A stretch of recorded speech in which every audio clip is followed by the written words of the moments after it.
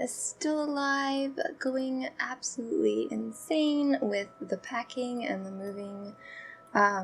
So yeah, I think this is probably going to be my only video until November. I'm super excited that this is the video that I'm going to be putting out.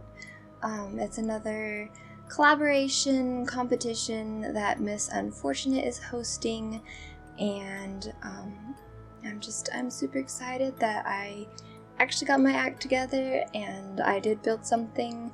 It's maybe not as detailed as some of my other builds, but I did it kind of in 10-minute increments, and it was a bit crazy. So check out the description down below for a chance to win the stuff pack of your choice.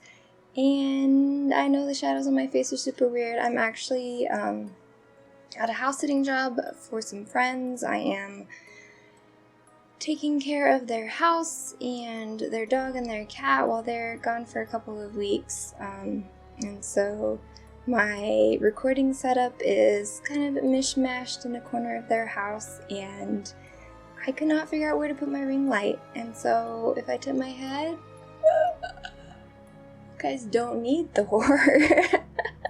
You don't need the rest of the video, just this. I'm like, ghostly pal. Oops, and here comes the dog. Hi, Haley. Her name is Haley. She's, I think, a golden retriever mix. She's very white. You good girl. I know, did you hear me talking? Yeah, are you gonna sit and be a good girl? I'm trying to do an intro here.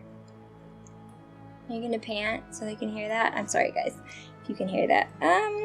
Let me see here. Did I forget anything else? Yes, there are steps on how to vote in the description, and there's links to all the competitors' channels down below, and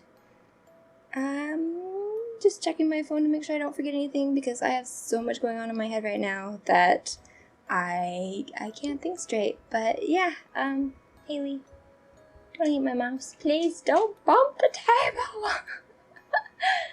Good girl. I know. I'll try to put a picture of her, if I can remember to do that. I'll do that for you guys. Okay. Yeah, so enjoy the rest of the video. I hope you guys get a little bit spooked by it. Horror is definitely not my strong suit, so yeah. Anyway, I will talk to you guys again soon.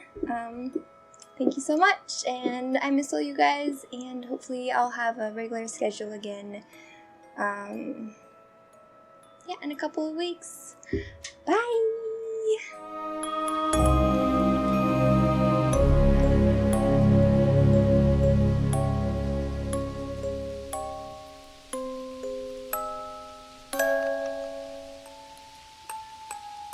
This is the house that Trevor and Anna Norton moved into as newlyweds. They were high school sweethearts who married right after graduating Rochester University. Trevor followed in his parents' footsteps, working on the police force, while Anna became partners in a local bakery. After 5 years, little Ella was born, and then Clara followed a couple years later. They were the picture-perfect family, the family that all families aspire to be.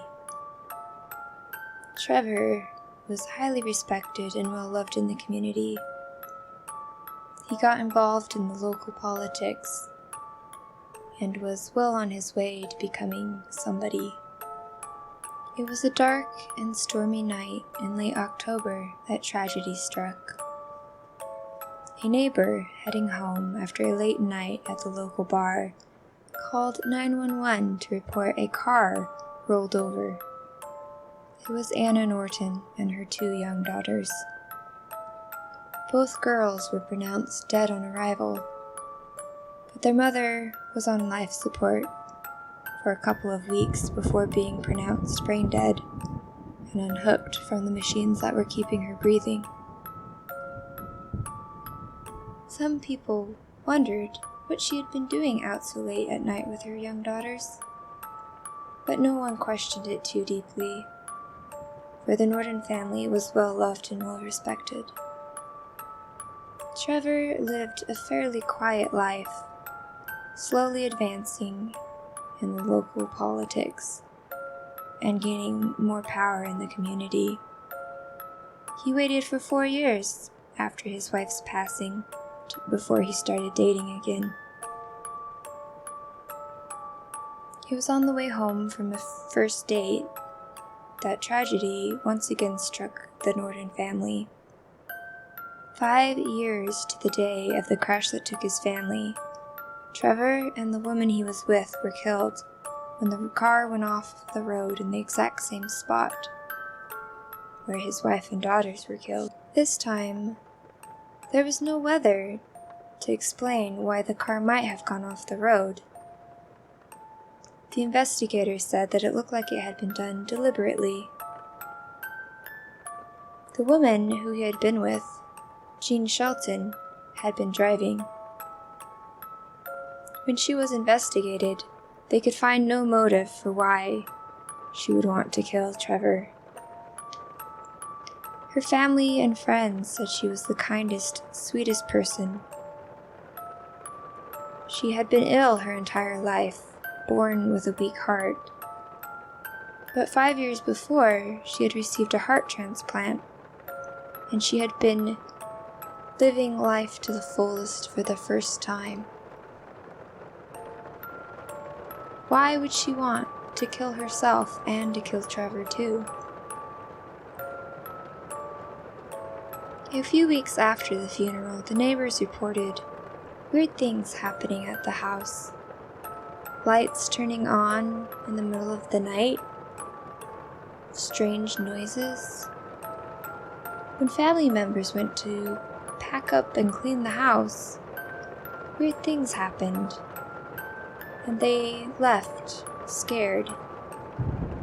They reported voices and unexplained noises. The house was shut up. Finally, a paranormal investigator was called in. She came to Windenburg and spent a couple weeks in the house.